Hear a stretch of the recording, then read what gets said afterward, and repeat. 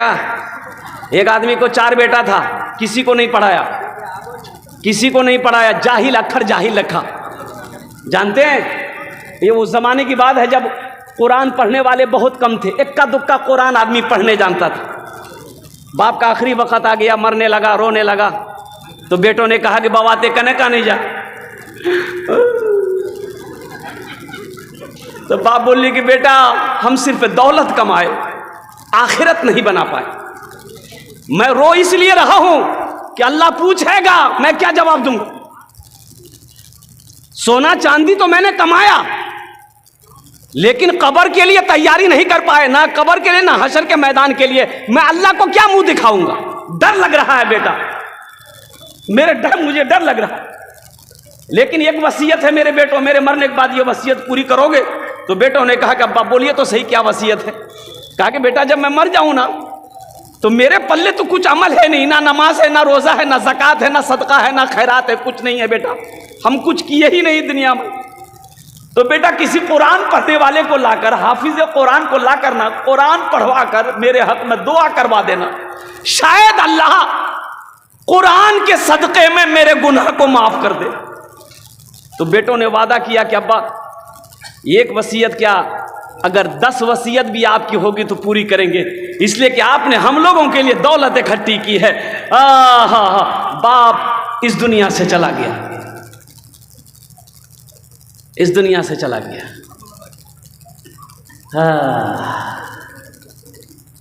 इबादत करो तुम, इबादत करो तुम सदा अपने रब की, ये दुनिया किसी की हुई है न होगी। इबादत करो तुम सदा अपने रब की, ये दुनिया किसी की हुई है न होगी। इबादत करो तुम सदा अपने रब की, ये दुनिया किसी की हुई है न होगी। यहाँ पर किसी की बनी ना बनेगी, मिलेगी तो 2 गज ज़मीं ही मिलेगी। यहाँ पर किसी की बनी ना बनेगी, मिलेगी तो 2 गज ज़मीं ही मिलेगी। मरने वाला मर गया, बेटे जमा हुए, रिश्तेदार आए, नहलाया धुलाया गया, जनाजा पढ़ा गया, कब्रिस्तान में ले जाके दफन कर दिया। चारों बेटा रात में बैठा मशवरा करने के लिए कि अब्बा मर गया है, वसीयत के मुताबिक किसी हाफिज कुरान को लाकर कुरान पढ़वा कर दुआ करवाना है। तो 3 बेटा बोला, छोटे भाई से बोला कि सुना ज्यादा परेशान मत हुए, बाबा मर ले गेले, अब वो जाने कबर जाना है, टेंशन मत ले, अपनो अपनो काम करे। हम कहां ढूंढे जाएंगे भाई हाफिज कुरान कौन है, मर के तो देखो ना, कौन किसको याद करता है भाई, मरने के बाद कोई किसी को याद करता है। ये घर वाले 2-4 दिन रो लेंगे, आंसू बहा लेंगे, दुआ हुआ होगा तो करवा देगा, 6 महीना 4 महीना 6 महीना साल भर तक याद रखेगा, फिर उसके बाद कौन थे आप, आपका नाम लेने वाला कोई नहीं। ये इतनी बड़ी जालिम दुनिया है, ये धोखे की दुनिया है। दुनिया की हकीकत मच्छर के पर के बराबर नहीं है। मुस्तफा कायनात सल्लल्लाहु अलैहि वसल्लम ने इरशाद फरमाया, ये धोखे की दुनिया, निकलो दुनिया की मोहब्बत को दिलों से निकालो, अल्लाह अल्लाह के रसूल की मोहब्बत को दिलों में बसाओ। छोटा बेटा ना बोला कि नहीं आप लोग मत जाइए, लेकिन हम जाएंगे। पूर्णिया में हाफिज नहीं मिलेगा, हम कटिहार चले जाएंगे, सुपौल चले जाएंगे, मधेपुरा चले जाएंगे, दरभंगा चले जाएंगे, जहां मिलेगा लग पकड़ के लेंगे। निकल गया, सुबह हुई निकल गया, चला गया मधेपुरा। देखा एक बाबा गली में भीख मांग गई, कहा कि बाबा आप गली गली घूमते हो, आपकी नजर में कोई हाफिज कुरान है, कोई कुरान पढ़ने वाला है? तो बाबा ने कहा कि बेटा बात क्या है? कहा कि मेरे अब्बा की वसीयत थी, मेरे मरने के बाद किसी कुरान पढ़ने वाले को लाकर कुरान पढ़ाकर दुआ करवा देना। तो बाबा ने कहा कि तुम्हारा घर कहाँ है? बोला कि मेरा घर पूर्णिया। तो बाबा ने कहा कि पूर्णिया में कोई कुरान पढ़ने वाला नहीं मिला? बोला कि ला यही तो मुसीबत है, अगर पूर्णिया में कुरान पढ़ने वाला होता तो हम मधेपुरा काहे के लिए आते। तो बाबा सोचने लगा कि रे बाप, ये तो बड़ा अच्छा मौका है, जब पूर्णिया में कोई कुरान पढ़ने वाला नहीं है तो काहे ना हम हाफिज कुरान बन जाए। अरे गलती कोई पकड़ लेगा? जब कोई जानता ही नहीं तो पकड़ेगा कैसे? बोला बेटा आप समझो परेशानी दूर तुम्हारी। बोला कैसे? बोला कि हम हाफिज कुरान भी हैं, कारी कुरान भी हैं। अब पक्का जाहिल था।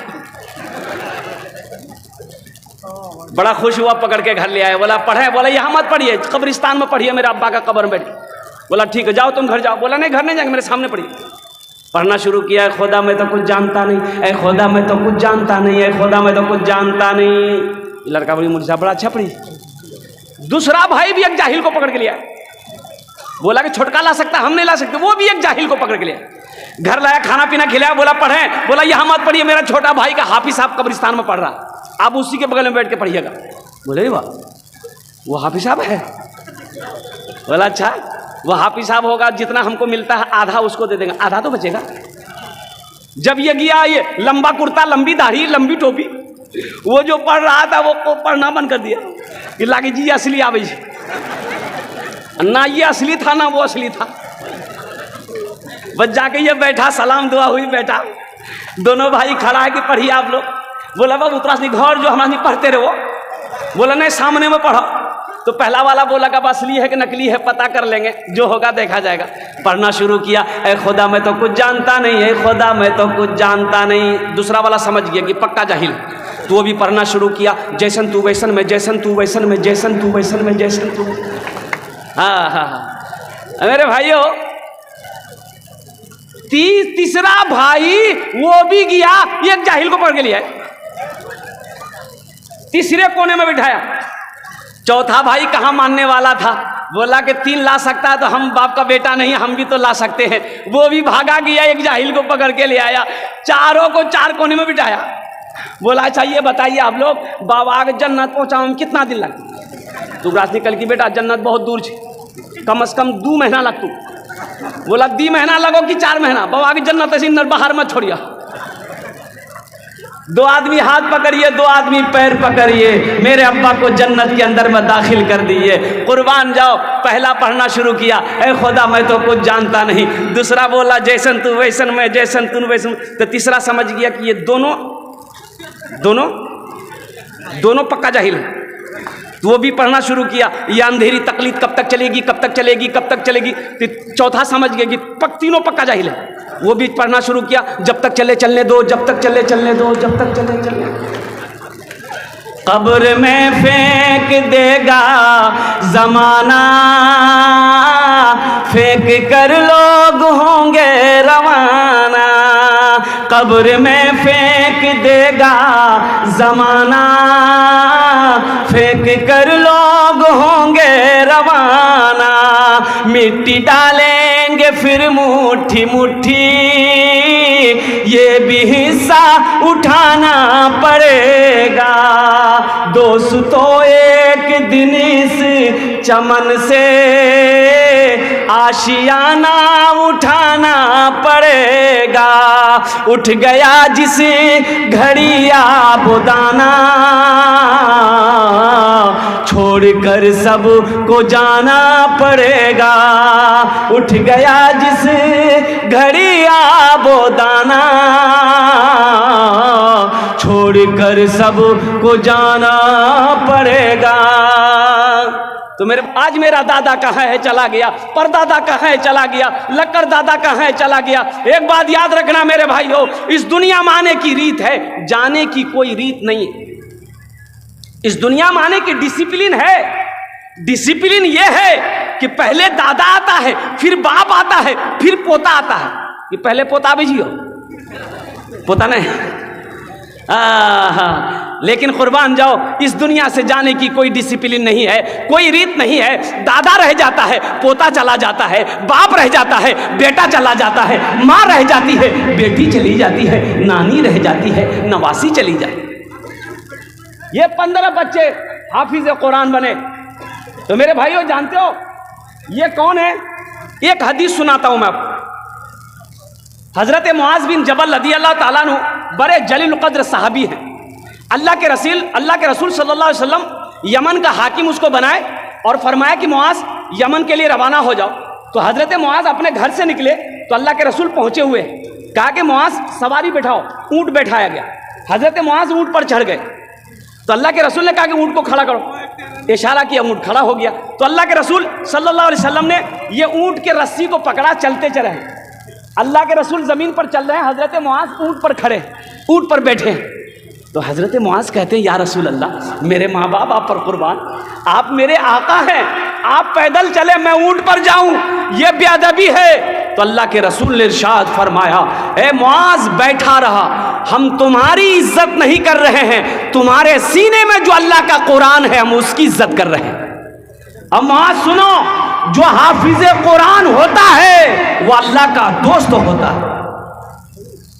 वो अल्लाह का कौन होता बोलिए? वो अल्लाह का कौन होता बोलिए?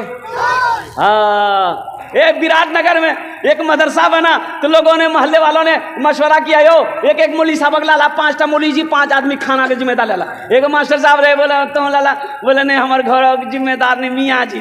मियाँ पूछे लगती, बोला जाओ पूछो जा। अब माँ उसकी बहुत बददिमाग माँ थी, बड़ी बखील बुढ़िया थी। गेले पूछे ली, अम्मा ये मौली साहब और खाना बोली जी वहाँ। तो माँ बोली चुपचाप खबरदार, मौलवी का नाम मत लेना। मास्टर साहब चुप है, बोले नहीं होगा। 1 महीने के बाद उसी बुढ़िया का पोता थाल में खीर लेके आया। कपड़ा मौली साहब उठे लेके मदरसा में, वाह, काजू किशमिश नारियल गरी खुशबूदार खीर। तो हजरत ने पूछा कि रे बेटा इतनी अच्छी खीर कहाँ से लाए? थोड़ा सा खाया। बोला हमारी दादी बिदल कौन सा? तो मौलवी साहब ने कहा तुम्हारी दादी इतनी बखील, आज इतनी अच्छी खीर कैसे दे दी? 1 टाइम का खाना नहीं खिलाती थी। तो बच्चा जानते हैं झूठ नहीं बोलता है। बच्चा झूठ बोलता है? बोलिए, बच्चा हमेशा सच बोलता है। तो बच्चा बोला कि मौलवी साहब दरअसल बात यही है कि पूर्णिया से मेरे घर मेहमान आने वाला था, मेरी दादी उन्हीं के लिए खीर बनाई थी, और खीर बना के वो सारे में रखी थी, वो मेरे आंगन में जो कुत्ता है ना वो मुंह दे दिया था। तो मेरी अम्मी बोली फेंक दो, दादी बोली कने फेंक दे, मदरसा हम दादा मौलवी साहब खेलते। हाँ उलमा को हकीर ना जानो, कसम खुदा की। आज तो ये आलम है, अगर मदरसे में बच्चे पढ़ेंगे नहीं, ये मदरसे हमारे रहेंगे नहीं, तो कल को जब मरोगे जनाजा कौन पढ़ाएगा? जनाजा कौन पढ़ाएगा? ये बच्चे रहेंगे नहीं, हाफिज नहीं बनेंगे, आलिम नहीं बनेंगे, मुफ्ती नहीं बनेंगे, तो मरने के बाद जनाजा कौन पढ़ाएगा? तुम्हारे लिए दुआ कौन करेगा? बेटी की शादी कराओगे, निकाह कौन पढ़ाएगा? आपने वादा किया है कि ये इन हाफिज़ कुरान को हम दोस्त बनाएंगे। मुझे इस मजमे के अंदर में अपने माँ बाप के लिए भी जिसका बख्शिश का मग़फ़िरत का इनको ज़रिया बनाओ, कुर्बान जाओ। अल्हम्दुलिल्लाह सुम्मा अल्हम्दुलिल्लाह, शाबानुल मुअज़्ज़म का महीना है, इनसे जुड़ जाओगे, नीयत कर लोगे, इंशाअल्लाह। बहुत सारे लोग इसमें हैं जिसका बेटा बड़ा हो गया, आप ये अमल नहीं कर सकते, अपने बेटे को हाफिज़ कुरान नहीं बना सकते। एक अमल है इंशाअल्लाह, अल्लाह ने दौलत दिया है, अल्लाह ने पैसा दिया है, अल्लाह ने माल दिया है, अल्लाह ने सोना दिया है, अल्लाह ने चांदी दिया है। आओ अपने पैसे से एक गरीब बच्चे को हाफिज़ कुरान बनाओ।